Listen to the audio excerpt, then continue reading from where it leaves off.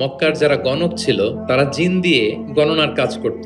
জিনদেরকে উপরে পাঠাতো, ফেরেশতারা কি কনভারসেশন করে এগুলো শুনে আসতো, এগুলো এসে গণকদেরকে বলতো, গণকরা এগুলো বলে বলে মক্কায় বিভিন্ন ধরনের সংশয় তৈরি করত। কিন্তু যখন কোরআন নাজিল হওয়া শুরু হলো, আকাশের নিরাপত্তা জোরদার করা হলো, এখন আর জিনারা উপরে যেতে পারে না। উপরে গেলে আগুনের গোলা ছোড়া হয় ওদের গায়ে। এবার জিনারা একটা মিটিং বসলো, তারা বলতেছে ঘটনা কি, আগে তো অনেক ফেরেশতাদের কথা শুনে এসে গণকদের বলে দিতে পারতাম, এখন তো এই সুযোগটা নাই, ঘটনা কি, হোয়াট হ্যাপেন। নিশ্চয়ই পৃথিবীতে এমন নতুন কিছুর আগমন ঘটেছে যেটার প্রভাবে ঊর্ধ্ব জগতের নিরাপত্তা বলয়কে আরো মজবুত করা হয়েছে। কি সেটা খোঁজো। খুঁজতে খুঁজতে খুঁজতে খুঁজতে একদল জিন রাসূল সাল্লাল্লাহু আলাইহি ওয়াসাল্লাম উকাজের এক বাজারের দিকে যাচ্ছিলেন। দ্য মিন টাইম ফজরের সালাতে তিনি নামাজের ইমামতি করছেন। ওই সময়ে একদল জিন পাশ দিয়ে যাচ্ছিল। হঠাৎ তারা দাঁড়িয়ে থমকে দাঁড়ালো, দেখে যে আল্লাহ রাসূল সাল্লাল্লাহু আলাইহি ওয়াসাল্লাম কোরআন তেলাওয়াত করছেন। এই কোরআনের বাণী তারা কখনো শুনে নাই। তারা শুনে অবাক, এবং এই তথ্য নিয়ে জিনদের সর্দারের কাছে যেয়ে বলল, ঘটনা তো এটার কারণে এখন আকাশের নিরাপত্তা বেশি, আমরা আর উপরে যেতে পারি না। তারা বলল যে আমরা কি আজীব কোরআন শুনে আসলাম।